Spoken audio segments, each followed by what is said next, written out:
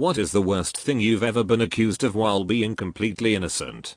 I just moved to a new school in 5th grade. Was never great at making new friends, so I thought I'd sugar them up by bringing sugar mixed with Kool-Aid, something that was popular at my old school. Who doesn't love a bunch of 10-year-olds licking their fingers and dipping them in a baggie of sugar? Apparently, an older kid had given several first graders heroin during this time and it got pegged on me. I was removed from class. Police came. I cried like a botch because I didn't understand why they thought my grape Kool-Aid was heroin. I kept telling them to taste it. The principal finally didn't realize I was telling the truth. Awesome first week of school. I got kicked out of a sit-down restaurant during my company Christmas party for doing drugs in the bathroom. When the manager told me to leave and that they don't allow that behavior here, my boss and 20 plus other employees vouched for me that I had not left the table for 2+ hours, the entire duration of the party. The manager called my boss an idiot and made me leave. No one in my company has been back since. How did they even get the idea you did drugs in the bathroom? My table was seated close to the bathroom. Classy, right? And apparently some guy walked out smelling like drugs. When the restaurant manager confronted him, he pointed at me. I still have no idea why she believed that guy. That's so stupid. In 4th grade someone kept stealing mouse balls from the computer lab. I remember our teacher warning us about it. One day my teacher pulled me aside and told me that someone had accused me of being the mouse ball thief. It was a guy I was friendly with but not friends with, kind of an outcast. I assured him this was totally false and I think he believed me. I was a mostly good kid. The next day at school I look inside my pencil box and what do I find but a mouse ball sitting inside. I'm freaking out. I go up to the teacher probably talking a million miles an hour about how I didn't steal the mouse ball, didn't know why it was in my pencil box etc. He looks at me doubtfully and says he'll have to get with the principal and figure out what to do with me. The whole evening I'm still freaking out. My mom has the idea of looking my accuser up in the phone book. I looked that jerk up and confronted him and his father about what was happening. He denied doing anything on the phone. The next day the kid admitted to the teacher first thing, he had planted the ball as a practical joke. Saw the guy years later and he was trying to be friendly. I found myself still pissed off about this incident. Stealing mouse balls is an impressively nefarious yet low-key crime. Bank robbery. I was early for my first day as a gas jockey in a new city. I was across the street from the gas station, digging through my backpack when suddenly somebody told me to show them my hands. I was totally confused to look up and see two RCMP officers, hands on their sidearms. They didn't draw, or anything. Turns out there had been a bank robbery around the corner a few minutes before and my gas jockey uniform and backpack matched the description. They looked inside my bag, containing my brown bag lunch and a paper bag, and then they were gone in a flash. Apparently, the guy didn't get caught until after another bank robbery in the same area. Wow, that could have escalated real badly. Good thing these two officers were reasonable. Yeah, and good thing he wasn't wearing a stormtrooper costume too. Posted this before, but seems relevant. I was fighting with my brother, realized the fight was dumb so I just went to my room. My brother decided to punch himself and blame me. My mom is yelling at me and grounding me. I can't believe you did that to your brother, blah blah blah. So I figured if I was about to get in trouble for it I should actually do it.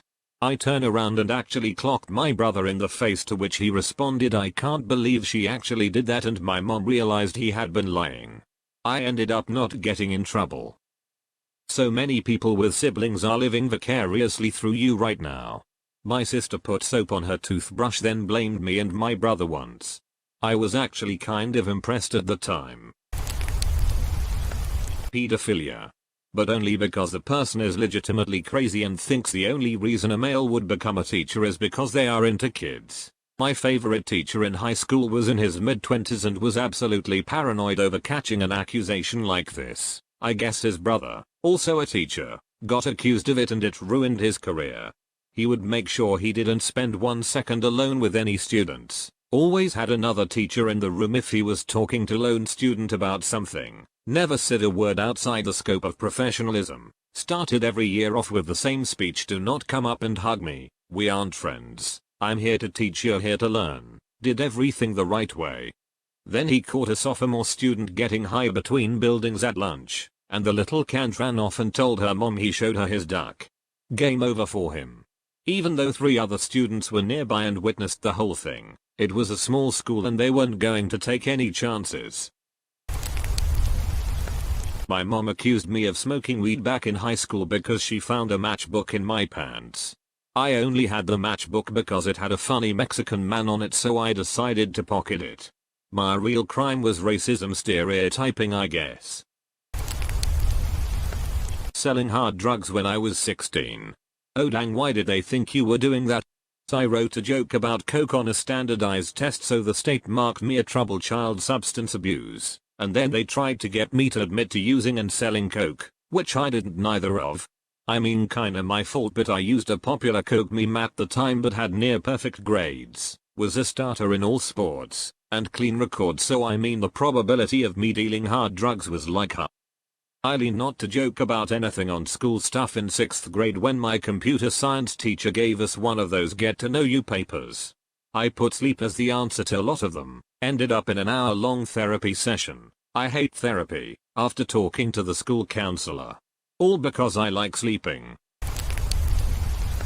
My first management position was overseeing a few dozen new hires, and determining where they would make the best fit and excel based on their strengths. I had been with the company 13 years and in this position a little over a year.